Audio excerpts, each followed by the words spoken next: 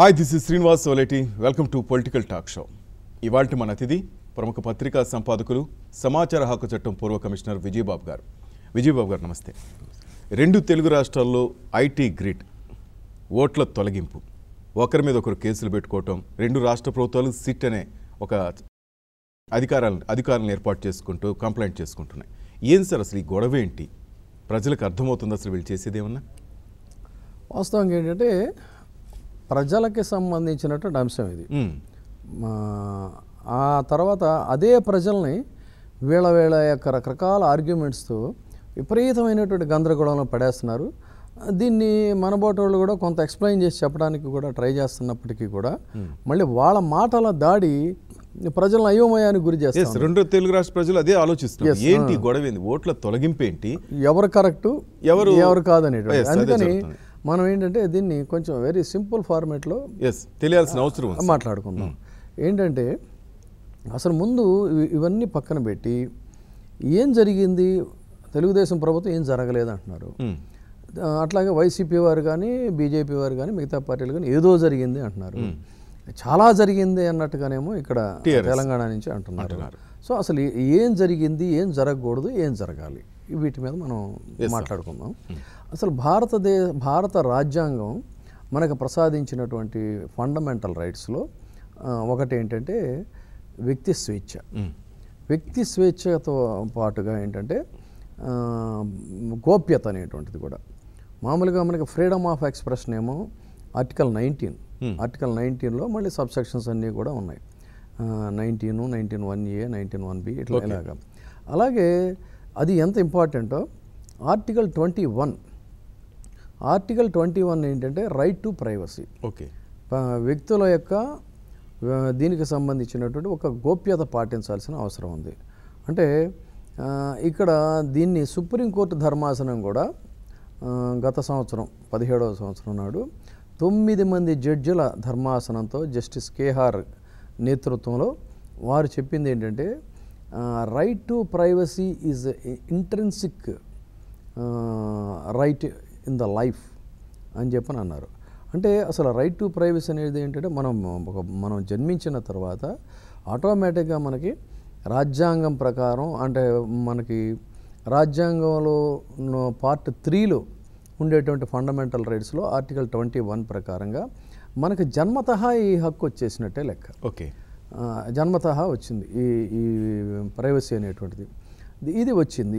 దీని మీద చాలా స్పష్టంగా వారు సుప్రీంకోర్టు కూడా చెప్పినటువంటి పరిస్థితి.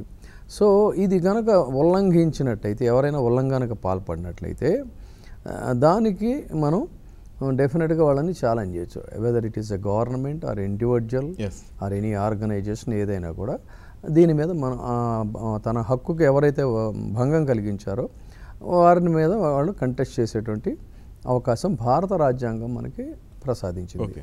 సో ఇవాళ వీళ్ళు ఎవరు ఏం చేస్తారు ఏంటి అనే విషయాలను పక్కన పెట్టినట్టయితే అత్యంత కీలకమైనటువంటి వ్యక్తి స్వేచ్ఛకి ఇవాళ భంగం కలిగింది ఆంధ్రప్రదేశ్లోనైతే చెప్పచ్చు. వ్యక్తి స్వేచ్ఛ article 21, it is a violation of article 21. Okay, వ్యక్తి స్వేచ్ఛకు భంగం కలిగింది. ఎలా భంగం కలిగింది, ఎవరు భంగం కలిగించారు అనే దాని మీద పూర్తిగా ప్రజలు తెలుసుకోవాల్సిన అవసరం ఉంది. ప్రభుత్వాల వాస్తవాలను తెలియజెప్పాల్సిన అవసరం ఉంది. ఎలా అన్నట్లయితే వాళ్ళు ఏం చేశారు, తెలుగుదేశం పార్టీ ప్రభుత్వం ఒక పల్స్ సర్వే అనేటువంటిది అధికారంలోకి వచ్చిన తర్వాత నిర్వహించారు. ఇక్కడ సమగ్ర సర్వే లాగా తెలంగాణ. ఈ పల్స్ సర్వేకి ఏదో రకరకాల సాధికార మిత్రన, ఆ మిత్రన, ఏ మిత్రన ఏవో పేర్లు పెట్టుకున్నారు. పెట్టుకొని ప్రతి ఇంటింటా కూడా ఏంటంటే మీకు రేషన్ పంపిణీ అంటే ప్రభుత్వ సంక్షేమ పథకాలు ఏవైతే ఉన్నాయో ఈ సంక్షేమ పథకాలు సజావుగా ప్రజలకు అందడం కోసం చేసినటువంటి సాధికారిక సర్వే. ఓకే, ఈ సాధికారిక సర్వేలో పార్టిసిపేట్ చేయాల్సినటువంటి వాళ్ళు ఎవరు అన్నట్లయితే ఓటర్ సర్వేలో కానీ, ఓటర్ లిస్టులో మనకి ఇంటింటికి వచ్చి 5 వరకు సర్వే చేసేవారు వారు కానీ, లేకపోతే ఇలాంటి సాధికారిక సర్వే కానీ చేయవలసింది ఎవరు అంటే ప్రభుత్వ ఉద్యోగులు, అంటే టీచర్లకి అప్పచెప్పేవారు ఈ బాధ్యత. టీచర్లకే ఎందుకు అప్పచెప్తారు అంటే వారు ఎడ్యుకేటెడ్. తర్వాత ఇంకోటి ఏంటంటే గవర్నమెంట్ ఎంప్లాయీస్ ఒక కమిట్మెంట్ ఉంటుంది. ఏదైనా రేపు పొరపాటు చేస్తే తర్వాత వాళ్ళ పెన్షన్స్ వ్యవహారాలు ఇవన్నీ కనెక్టెడ్గా ఉంటాయి. అవును సార్. అందుకని ఏం చేస్తారు, బాధ్యతాయుతంగా వాళ్ళు చేస్తారు. బాధ్యతాయుతంగా చేసినప్పుడు ఆశించిన ఫలితాలు మనకు వస్తాయి. కానీ ఈసారి ఏం చేశారు, దీన్ని ప్రైవేట్ ఎంప్లాయీస్ని హైర్ చేసి వాళ్ళకి ట్యాబ్లు ఇచ్చి పంపించారు. పంపించిన తర్వాత వాళ్ళు ఏంటంటే ఏదో చేసుకుంటూ వెళ్తారు వాళ్ళు. మొత్తం మీద ఆ మానిటర్ చేసేవాడు ఎవడు చేశాడు, తెచ్చారు, ఈ సమాచారాన్ని అంతా కూడా పెట్టుకున్నారు. పెట్టుకున్న తర్వాత దీని నుంచి తెలుగుదేశం పార్టీ వారు ఏం చేశారంటే ఈ సమాచారాన్ని మొత్తాన్ని కూడా ఒక ప్రైవేటు ఏజెన్సీకి అప్పచెప్పి ఆ ప్రైవేట్ ఏజెన్సీ ద్వారా ఐటీ గ్రిడ్ అనేటువంటి సంస్థ హైదరాబాదులో పనిచేస్తూ ఉంది. తర్వాత ఏం చెప్తున్నారంటే ఇది విదేశీ కేంద్రంగా కూడా ఉన్నటువంటి ఆర్గనైజేషన్ అని చెప్తున్నారు. చెప్తా వీరు ఈ సమాచారం మొత్తాన్ని కూడా డౌన్లోడ్ చేసుకొని దాన్ని ఏంటంటే రేపు రాబోయేటువంటి ఎన్నికల కోసం వాళ్ళు ఒక దాని మీద ఒక పెద్ద సీరియస్ రీసెర్చ్ ఒకటి పెట్టారు. ఎలా పెట్టారు ఇది అన్నట్లయితే ఇందులో ఈ పల్స్ సర్వేకి వెళ్తారు కదా వీళ్ళు. పల్స్ సర్వేకి వెళ్ళినప్పుడే కొంతమంది చెప్తుంది ఏంటంటే మీకు 2 వీలర్ ఉందా, 4 వీలర్ ఉందా, ఇల్లు సొంతమేనా, ఇల్లు సొంతం కాదా అనే దాంట్లో వాళ్ళు అడిగిన ఇది కూడా ఏంటంటే టీవీ ఉందా, పేపర్ చదువుతారా, ఏ పేపర్ చదువుతారు, సాక్షి పేపర్ చదువుతారా, ఈనాడు పేపర్ చదువుతారా, ఓకే, ఇలాంటి అసంబద్ధమైనటువంటి ప్రశ్నలతో కూడా వీళ్ళు సమాచారాన్ని సేకరించిన పరిస్థితి. ఇలా చేసినప్పుడు ఏమవుతుందంటే సాక్షి పేపర్ చదువుతానంటేనేమో వాడు యాంటీ గవర్నమెంట్, వైసీపీ అంటారు. ఈనాడు పేపర్ చదువుతున్నానంటేనేమో వాడు సపోర్ట్ టు గవర్నమెంట్. అట్లా వీటిని 3 విభాగాలుగా వడపోతలో ఏం చేశారంటే ప్రభుత్వానికి టీడీపీకి అనుకూల వర్గం, లేదంటే వైసీపీకి అనుకూల వర్గం, తటస్థ వర్గం, ఇట్లా ఈ 3 విభాగాలుగా చేసేటువంటి ఒక ప్రక్రియ స్టార్ట్ చేసి వీళ్ళు దీంట్లో నుంచి ఏంటంటే ఆరోపణ కొంతమంది ఓట్లని లేపేసేస్తున్నారు అనేది జరిగింది. అయితే ఇవాళ ఈ ఎలక్షన్ కమిషన్ కానీ లేకపోతే టీడీపీ వారు కానీ చెప్పేది ఏంటంటే ఎలక్షన్ కమిషన్ అవుతుందంటే అసలు ఇంతవరకు ఓట్ల తొలగింపు అనేటువంటిది జరగనే లేదు, మేము ఉన్నాము, లిస్టు ఫైనలైజ్ చేసేది మేము కదా, మీరు ఎందుకు కంగారు పడతారు అనేది వాళ్ళది. అలాగే టీడీపీ ఏముంటుంది, అసలు మా డేటా అంతా మా దగ్గరే భద్రంగా ఉంది, మా డేటా మా దగ్గర భద్రంగా ఉన్నప్పుడు అదేమి ఇదే ఉన్నప్పుడు మీకేంటి ఇబ్బంది అని చెప్పని వాళ్ళు అడుగుతారు. ఒకవేళ ఎనీ కేసు ఏదైనా తెలంగాణలో ఎవరో కంప్లైంట్ ఇచ్చారు ఫలానా ఐటీ సంస్థ మీద ఇచ్చినప్పుడు మీరేం చేస్తారంటే ఆ కేసు మాకు సంబంధించింది కదా సమాచారం, మాకు ట్రాన్స్ఫర్ చేయండి అనేది వాదన. ఇది మనం స్థూలంగా జరుగుతుంది. దీన్ని మనం బ్రీఫ్గా విడివిడిగా ఒకసారి ఆలోచిద్దాం. ఏంటంటే అసలు టీచర్స్ కాకుండా మీరు ప్రైవేట్ పర్సన్స్కి ప్రభుత్వం తరపున బాధ్యతలు అప్పచెప్పి వ్యక్తుల యొక్క సమాచారాన్ని సేకరించడం అనేది ఇందాక మనం చెప్పుకున్నట్టుగా వైలేషన్ ఆఫ్ ఆర్టికల్ 21. సుప్రీంకోర్టు మళ్ళీ మీరు చూడండి, మీరు కావాలంటే సుప్రీంకోర్టు జడ్జిమెంట్లోనే చాలా క్లియర్గా చెప్పింది ఏంటంటే మీరు ఒకవేళ ప్రజా సంక్షేమ అవసరాల కోసం అని చెప్పని మీరు సమాచారాన్ని సేకరిస్తున్నా కూడా దాన్ని జాగ్రత్తగా ఉంచాల్సినటువంటి బాధ్యత, కాపాడాల్సిన బాధ్యత కూడా ప్రభుత్వానికే ఉంది అని చెప్పింది. కానీ ఇక్కడేమైంది, ఇది మొత్తం ప్రైవేటు వ్యక్తుల పరం అయిపోయింది. పల్స్ మీరు అది స్టార్ట్ చేసిన దగ్గర నుంచే మీకు అది మొదలైపోయింది. సో దట్ ఏంటి, అసలు ముందు ప్రభుత్వమే ఒక వైలేషన్కి పాల్పడింది. Point number 1. పాయింట్ నెంబర్ 2 అత్యంత కీలకమైంది ఏంటంటే తెలుగుదేశం ప్రభుత్వం ప్రజాధనాన్ని రకరకాల పేర్లతో విచ్చలవిడిగా ఏ రకంగా అయితే దాచిపెడతా ఉందో ఈ విషయంలో కూడా ఏమైందంటే చూడండి, ఇప్పుడు మనకి ఏ చిన్న వర్క్ అయినానండి మీకు రోడ్ రిపేర్స్ ఉంటాయి, టెండర్ వర్క్స్ ఉంటాయి, ఈ టెండర్లకు కాల్ఫర్ చేస్తారు. టెండర్ కాల్ఫర్ చేసినప్పుడు దానికి కొన్ని నియమ నిబంధనలు ఉంటాయి, క్రైటీరియా ఉంటుంది, అర్హత ఉంటుంది. ఆ అర్హత ఉన్నటువంటి వాళ్ళకే ఆ వర్క్ అప్పచెబుతారు. అంతే తప్ప అడ్డగోలుగా ఇచ్చేయడానికి ఇది పబ్లిక్ మనీ కదా. దీనికి ఏం చేశారంటే ఇప్పుడు ఇక్కడే కీలకంగా గమనించాల్సింది, పంచాయతీరాజ్ శాఖ ఎవరి అధీనంలో ఉంది, లోకేష్ గారి అధీనంలో ఉంది. ఇంకొక శాఖ ఐటీ శాఖ ఎవరి అధీనంలో ఉంది. చాలా జాగ్రత్తగా పౌరులకి మీ టీవీ ముఖంగా నేను చెప్తున్నాను, ఒక్కసారి దయచేసి బ్లైండ్గా మీరు టీడీపీ మద్దతుదారులు అయితే మీరు అవ్వచ్చుగాక, కానీ ఒక్కసారి లాజికల్గా మీరు ఆలోచించండి, ఇది న్యాయమా, ఇది ధర్మమా? నేను అడిగే ప్రశ్నకి చెప్పండి. మీరు ఏం చేశారు? దాదాపుగా 30 కోట్లు వర్క్ తనకి అశోక్ అనే తనకి ఈ ఐటీ గ్రిడ్కి అప్పచెప్పారని చెప్తున్నారండి. ఆ సంస్థ ఒక రెప్యూటెడ్ ఆర్గనైజేషన్ ఆలోచించండి. Point number 1. అంతకంటే కీలకంగా అసలు ఈ ఆర్గనైజేషన్ రిజిస్టర్డ్ ఆర్గనైజేషనేనా? ప్రభుత్వ వర్క్స్ ఏదైనా ఇవ్వాలి అంటే రిజిస్టర్డ్ కంపెనీలకు ఇవ్వాలి. రిజిస్టర్డ్ కంపెనీతో పాటు రెప్యుటేషన్ కూడా చూడాలి. గతంలో వీళ్ళు ఏం వర్క్స్ చేశారు, ఇలాంటివి ఎన్ని చేశారు, వీళ్ళు ఎంత సమర్థంగా చేయగలరు అనేది నిర్ణయించాలి. కానీ ఇక్కడ జరిగింది ఏంటిది? ఇది అసలు రిజిస్టర్డ్ సంస్థ కానే కాదు. తర్వాత దీనికి ఒక పూర్వ అనుభవం ఏదైనా ఉందా అంటే పూర్వానుభవం కూడా లేదు. పూర్వానుభవం కూడా లేనటువంటి ఒక సంస్థకి దాదాపుగా 30 కోట్ల రూపాయల వర్క్ మీరు ఏ రకంగా కట్టబెట్టారండి? 30 కోట్లు కాదండి, 30 రూపాయలు పనండి. 30 రూపాయలు కూడా ప్రభుత్వ ధనమే, పబ్లిక్ మనీ. పబ్లిక్ సంబంధించిన 30 రూపాయల పని అయినా సరే అర్హత లేనటువంటి సంస్థకి ఏ ప్రాతిపదికన మీరు ఇచ్చారు? ఏం చేశారో తెలుసా? మీరు నోటిఫికేషన్ కూడా మీకు ఇచ్చాను నేను, చూడండి. దాన్ని అవసరమైతే డిస్ప్లే చేయండి టీవీలో కూడా. పంచాయతీరాజ్ శాఖ నుంచి ఈ బ్లూ ఫ్రాగ్ విశాఖపట్నంలో కేంద్రంగా ఉన్నటువంటి బ్లూ ఫ్రాగ్ సంస్థకి మీరు పనిచేయడానికి అప్పచెప్పారు. ఓకే, అప్పచెప్పినప్పుడు ఏ ప్రాతిపదికన ఇతనికి ఇచ్చారు? అది పంచాయతీరాజ్ శాఖ లోకేష్ గారి అధీనంలో ఉంది. ఇక్కడ చేసే వర్క్ ఇదంతా ఏంటంటే ఐటీ రిలేటెడ్ వర్క్. ఈ ఐటీ కూడా ఈయన కిందే ఉంది. అంటే వడ్డించేవాడు మనవాడైతే అడ్డగోలుగా ఏదైనా కూడా మనం చేసేసుకోవచ్చు అనేది ప్రూవ్ అవుతుందా లేదా? మిగతాదంతా తీసేయండి. నేను ఈ డైమెన్షన్లోనే నేను ఆలోచించాను. ఎందుకంటే మిగతా విషయాలు అందరూ చాలా రోజుల నుంచి మాట్లాడుతూ ఉన్నారు. ఇది కరెక్టేనా, ఇది న్యాయమేనా, ఇది ధర్మమేనా? ఇక్కడ మీరు మీ అధికారాన్ని దుర్వినియోగం చేశారా లేదా చెప్పండి. ఏ ప్రాతిపదికన అతనికి ఆ వర్క్ ఇచ్చారు? అది ఒకటి. సెకండ్ ఏంటంటే మీకు ఒక బుకాయింపు. ఇప్పుడు ఏం జరుగుతూ ఉంది? అక్కడ సిట్ పెట్టారు తెలంగాణ, మన ఆంధ్రాలో. ఫస్ట్ తెలంగాణలో పెట్టారు, ఇక్కడ ఒక సిట్ ఏర్పాటు స్టీఫెన్ రవీంద్ర ఆధ్వర్యంలో పెట్టి అక్కడ బాలసుబ్రహ్మణ్యం ఆధ్వర్యంలో అక్కడ వేశారు. సో ఇక్కడ నేను అనేది ఏంటంటే నాకున్న కనీస లీగల్ నాలెడ్జ్తో నేను చెప్పేది, ఇక్కడ ఒక అతను కంప్లైంట్ ఇచ్చాడండి. తన సమాచారాన్ని ఫలానా సంస్థ దొంగిలించింది విత్ కలర్ ఫొటోస్తో సహా.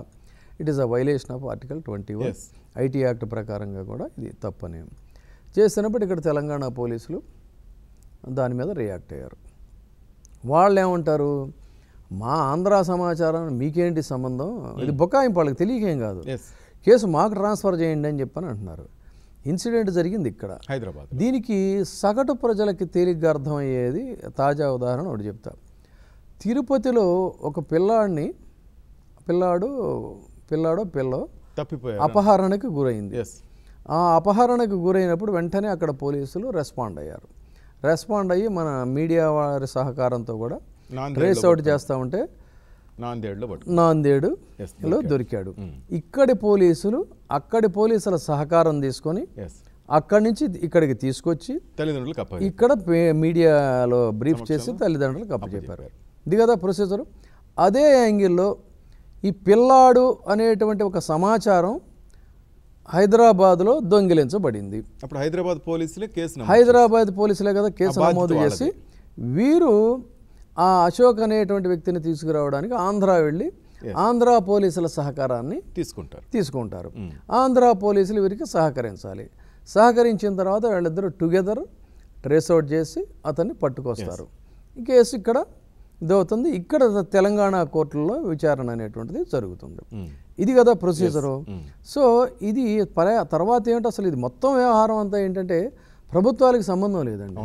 ఒక ప్రైవేటు వ్యక్తి మీద ప్రైవేట్ ఆర్గనైజేషన్ మీద కేసు పెట్టారు. In what way Telugu Desam government is concern for this case?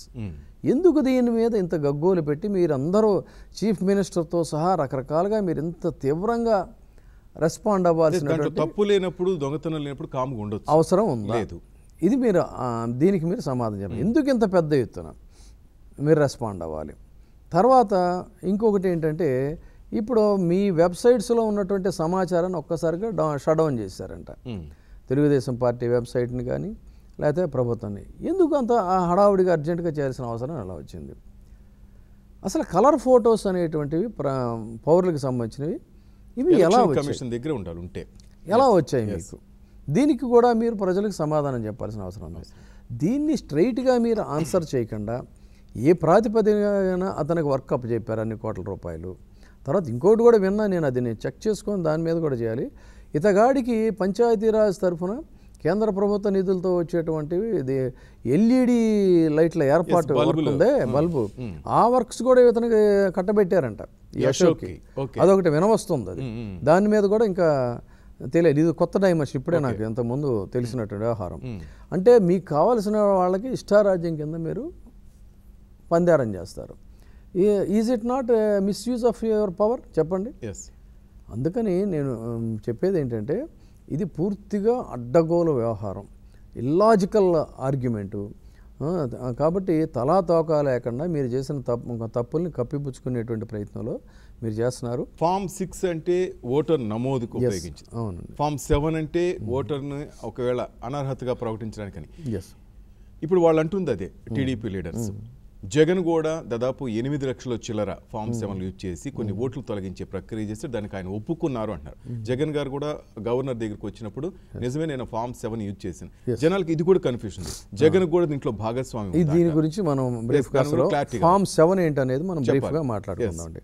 Form 7 ఏంటంటే ఓటరు నమోదు వ్యవహారంలో ఎవరిదైనా ఓటు తప్పుపడినా లేకపోతే అసలు ఫేక్ ఓటు 2 ఓట్లు ఏదైనా మనకు సమాచారం అందింది, దాని మీద మనకు తెలిసినప్పుడు ఏంటంటే దీన్ని మనం కంప్లైంట్ అండి. ఫామ్ 7 ద్వారా ఏం చేస్తామంటే తొలగించమని కమిషన్కి మనం కంప్లైంట్ చేస్తాం. కంప్లైంట్ చేసినంత మాత్రం అతను తీసేయడు. ఇప్పుడు డెఫినెట్గా వెరిఫై చేస్తారు. వెరిఫై చేసేసిన తర్వాత తీసేస్తారు. కాబట్టి మీరు ఇవాళ కంప్లైంట్ చేస్తే, కంప్లైంట్ చేసిన వెంటనే తీసేశారనుకోండి, ఇప్పుడు మీ ఓటు మీరంటే నాకు పడదు, నేను మీ మీద ఫామ్ 7 ఇస్తాను, తీసేస్తే ఇంకా అసలు అక్కడ జస్టిఫికేషన్ ఏముంది? ఒకళ్ళు తీసేసుకోవచ్చు. కానీ కమిషన్ ఏం చేస్తుందంటే మీకు ఆ ఫామ్స్ అందిన తర్వాత, కంప్లైంట్ అందాక ఆ కంప్లైంట్ మీద సమగ్ర విచారణ జరిపించి అప్పుడు మాత్రమే యాక్షన్ తీసుకుంటుంది. తర్వాత ఇంకొకటి ఏంటంటే బల్క్గా ఇప్పుడు జగన్ గారు చేస్తున్న పని ఏంటంటే బల్క్గా ఒక ప్రాంతం నుంచి మీకు ఫామ్ 7లో ఫైల్ అవుతా ఉన్నాయి. ఇది గనక ఇలా చేస్తే ఒకవేళ అంటే దీన్ని లీగల్ పరిభాషలో చెప్పాలంటే విత్ మ్యాలాఫైడ్ ఇంటెన్షన్, ఒక దురుద్దేశపూర్వకంగా గనక మీరు బల్క్గా మీరు ఓట్లు కనుక మీరు ఈ ఫామ్ 7 ఫైల్ చేస్తే మీ మీద క్రిమినల్ యాక్షన్ తీసుకునేటువంటి అధికారం ఎలక్షన్ కమిషన్ ఉంటుంది. సో తెలుగుదేశం వారు బాధపడాల్సిన పని లేదు. ఒకవేళ జగన్ గారు కనుక ఇలా బల్క్గా లేనటువంటి వాస్తవాల్ని, అంటే ఉన్న ఓటర్లను తొలగించేటువంటి ప్రయత్నంలో బల్క్గా కనుక ఇలా ఫైల్ చేస్తే ఏమవుతుంది? ఆయన మీద క్రిమినల్ చర్యలు తీసుకునేటువంటి అధికారం ఎలక్షన్ కమిషన్ ఉంటుంది. అదే క్రమంలో జెన్యూన్గా కనుక ఆయన బల్క్గా చేసినప్పుడు వాళ్ళు వెరిఫై చేసి క్రాస్ చెక్ చేసుకొని ఎస్ ఇట్ ఈజ్ రైట్ అన్నప్పుడు ఎన్నికల కమిషన్కి ఆయన బ్రహ్మాండమైనటువంటి సహాయ సహకారాలు అందించినట్టు అవుతారు.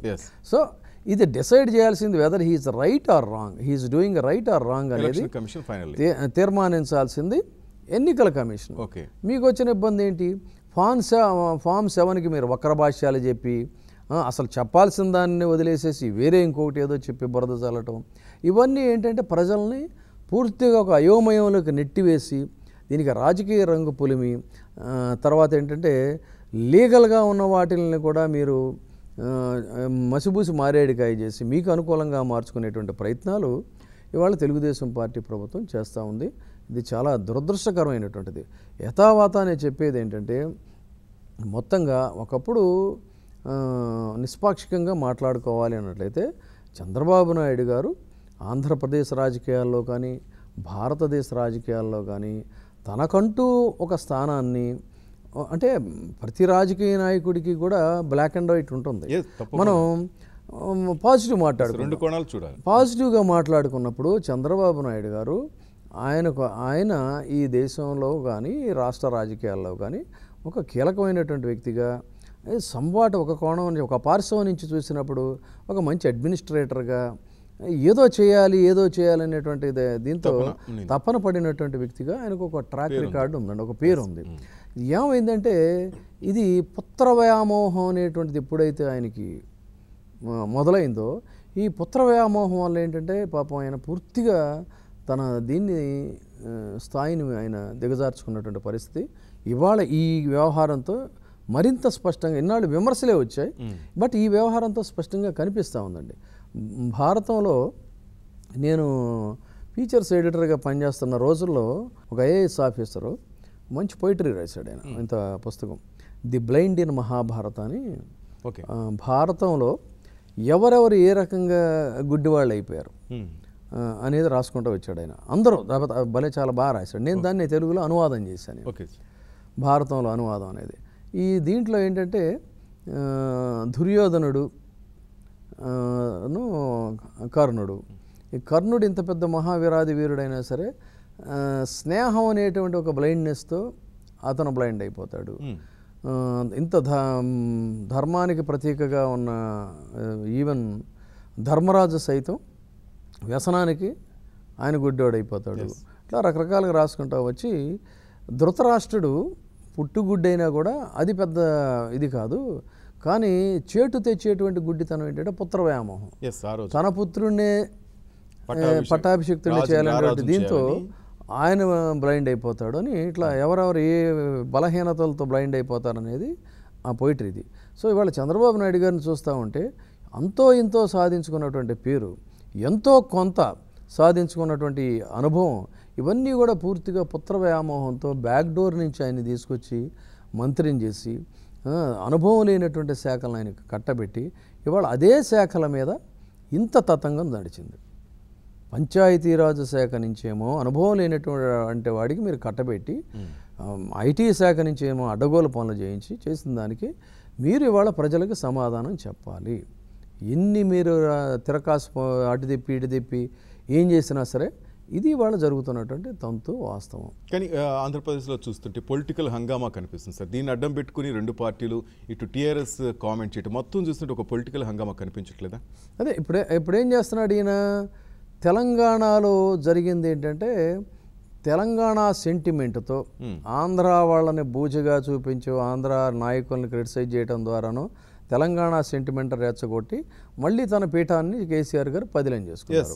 ఇదే ఫార్ములాని తను చేసేటువంటి తప్పులను కప్పిపుచ్చుకోవడానికి దీన్ని ఒక మంచి ఆయుధంగా తీసుకొని తెలంగాణని బూచిగా చూపించి ఆంధ్ర వాళ్ళందరూ ఈయన జేబులో ఉన్నట్టుగా ఓన్ చేసుకొని తెలంగాణలో ఏంటంటే ఒక ఉద్యమం అనేది వచ్చింది. ఆ ఉద్యమ సెంటిమెంటు ఇంకా ఉంది కొంతకాలం. అక్కడ ఉన్నదేంటి, ఇది కాదు. అక్కడ ఏంటంటే ఒక స్టేబుల్ గవర్నమెంట్, మీరు సీనియర్ లీడరు, మీరు స్టేబుల్ గవర్నమెంట్ ఇవ్వగలుగుతారనే విశ్వాసాన్ని మీ మీద ప్రజలు చూపిస్తే మీరు చేసిన పని ఏంటి, పుత్ర వ్యామోహంతో ఇలాంటి పనులన్నీ చేసుకుంటూ వచ్చారు. చేసి ప్రతిదానికి దీనికి నిన్నటిదాకా రాష్ట్రంలో ఏ అరాచకం జరిగినా ఏ అవినీతి జరిగినా నరేంద్ర మోడీ గారిని మీరు బూచిగా చూపిస్తూ వచ్చారు. ఇవాళ ఇందులో నరేంద్ర మోడీ గారు ఫిట్ అవరు అనుకుంటా బూచిగా ఆయన్ని చూపించుకోవడానికి. అందుకని ఏం చేశారంటే తెలంగాణని ఎన్నుకున్నారు. ఇది ఏ విలువలకండి ప్రస్థానం?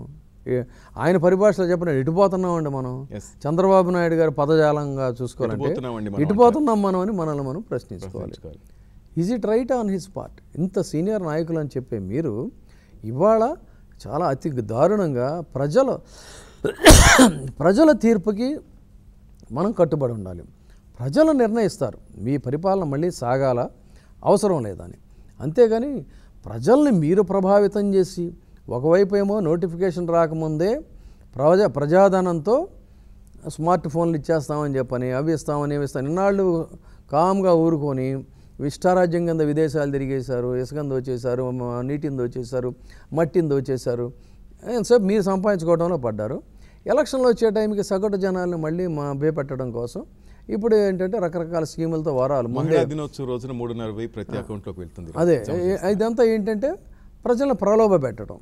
ఒకవైపు ఏమో అటు ప్రలోభ పెడతా ఉన్నారు, ఇటువైపు ఏమో తీర్పు ఇచ్చేటువంటి ఓటర్ లేక ఓట్లు పీకేయడానికి ఇంత కాన్స్పిరసీ చేస్తున్నారు. ఫైనల్గా సార్ మొత్తం మీద ఆయన నేర్పిన టెక్నాలజీ ఆయనకి చివరికి గుదిబండిగా మారిందా? మీకు బైబిల్లో ఒక సూక్తి ఉంది, కత్తితో జీవించేవాడు కత్తితోనే మరణిస్తాడు అనేటువంటిది ఒక బైబిల్ సూక్తి. సో అందుకని ఏంటంటే ఆయన అన్నారు ఒక మాట, తాతకు దగ్గులు నేర్పుతారా అన్నారు. అదే అందుకని ఆయన అనుకున్నాడు పాపం. అనుకొని అలా ఇది నేను మళ్ళీ కూడా ఇలాంటి సందర్భాల్లో పదే ఫ్రాంకెన్స్టీన్ కథ చెప్తా ఉంటా. ఈ ఫ్రాంకెన్స్టీన్ కథలో ఏంటంటే ఒక సైంటిస్టు దీనికి ప్రాణం పోయాలని చెప్పని ఎక్స్పెరిమెంట్ చేస్తాడు. చేస్తే ఏంటంటే అది ఒక భూతంగా రాక్షసుగా ప్రాణం వస్తుంది. ఓకే. ఆ పొరపాట్లో ఏమవుతుందంటే ఒక బ్రెయిన్ బదులు ఇంకో బ్రెయిన్ అసిస్టెంట్ ఏదో తీసుకొచ్చి పెడతాడు. తర్వాత ఈ ఫ్రాంకెన్స్టీన్ ఏ ఫ్రాంకెన్స్టీన్కి అయితే తన ప్రాణం పోసి ఆవాహన చేస్తాడో అంతిమంగా ఆ సైంటిస్ట్ని అది కబళించేస్తుంది. అట్లాగా ఐటీలో నేను పెద్ద ప్రతిభావంతుడని చెప్పుకొని ఈ ఐటీ బాపతగాళ్ళందరినీ కూడా ఎంకరేజ్ చేసి ఎంటర్టైన్ చేసి మీ సుపుత్రుడు చేసినటువంటి పనికి ఇవాళ మీరు ప్రజలకు జవాబిచ్చుకునేటువంటి స్థితిలో ఉన్నారు. ఇది very pathetic, very unfortunate thing. అది రైట్. Thank you. ఇది ఇవాల్టి political talk show. Keep watching 99 TV.